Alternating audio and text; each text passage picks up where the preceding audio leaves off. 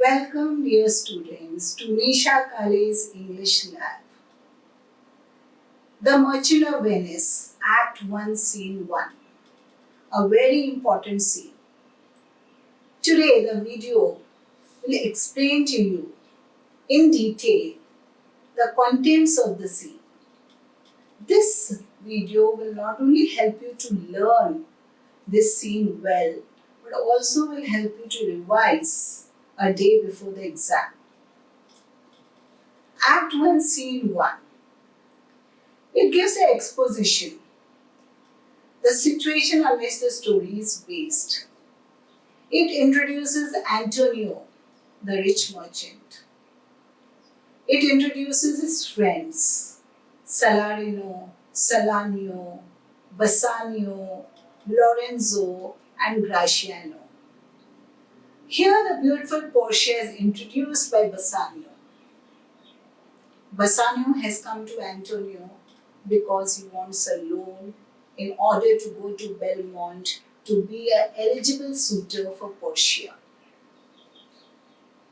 In this scene, we find Antonio in a very melancholic mood, sad. Actually, his sadness is something which he is unable to decipher.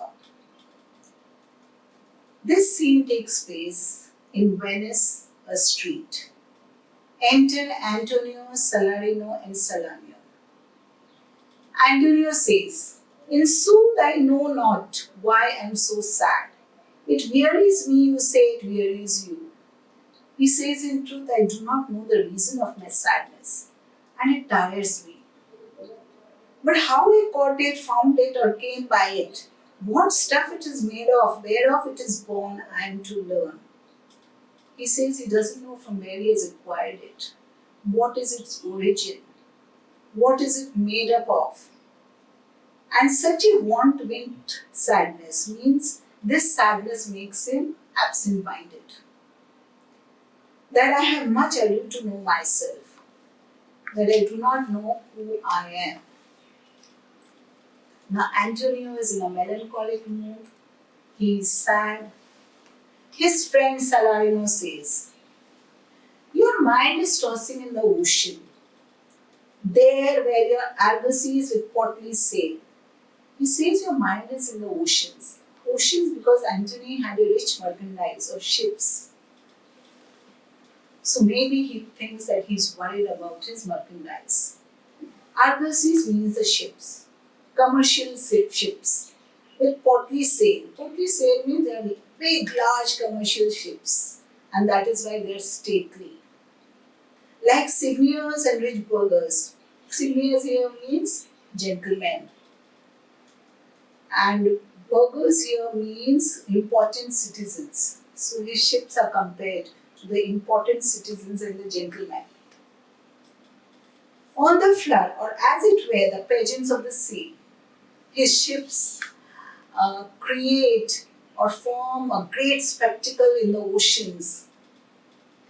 Do overpeer the petty traffickers. Here, petty traffickers are the small boats. That do courtesy to them, do them reverence. So when they pass by these stately ships or argosies, they give them reverence by bobbing up and down.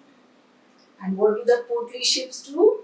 They sail by them with their woven wings. Here, woven wings means the sails made up of canvas. Salanio also speaks. "Believe me, sir, had I such venture forth, the better part of my affections would be with my hopes abroad." He says that, "Sir Antonio, if I had such ventures abroad, all my attention would be there only. And I would be still, and I would pluck a grass and see where the wind is blowing. I would be so nervous, plucking the grass to know where sits the wind, in which direction the wind is blowing. Peering in maps of ports and piers and roads. I would be looking into the maps, the ports, the piers. Where is my ship now? Where have they reached? Are they safe?" So I would be very worried. And anything, any unfortunate object that would give me fear, I would be really worried about it and I would be sad about it. Now, Salarino also says that my wind cooling my broth would blow me to an ague when I thought, what harm a wind too great at sea might do? When I cool my broth, and with my breath I try to cool the broth of the soup which I am taking, I am reminded of the winds in the oceans that can create havoc to my ships. I should not see the sandy hourglass run. The sandy hourglass is an apparatus where the sand falls from one sphere to another, indicating time. So here, the sandy hourglass, when he sees it, he remembers the sandy beds, the flat sand beds in the oceans that can wreck the ship, and in such a way that all the ribs of the ship would be exposed, its high mast would be down and buried in the sand. So he gets really, the person who sees this sandy hourglass will be reminded of the sand beds that can really wreak havoc on his rich Andrew. Andrew here means ships. But I should think of shallows and flats and see my wealthy Andrew docked in sand, wailing her high top lower than her ribs to kiss her burial. And then he says, should I go to the church and see the holy edifice of the stone? Then what will he think? He will start thinking about the dangerous rocks in the ocean. Even a gentle touch to his ships would scatter all the spices and the lovely silk which the ships are laden with. And he says, then I will know. One moment, everything is there, but a small mishap and everything is gone. And such thing would make me sad. Sad to think upon my merchandise. Now here he talks about three things. The three dangerous things in the oceans. One is the dangerous rocks, one is the dangerous sandbeds, and one is the winds, that is the storms. All these three dangers in the ocean are mentioned, and one is talking about the wind cooling my broth, the other one sandy hourglass, and the holy edifice of stone, the churches.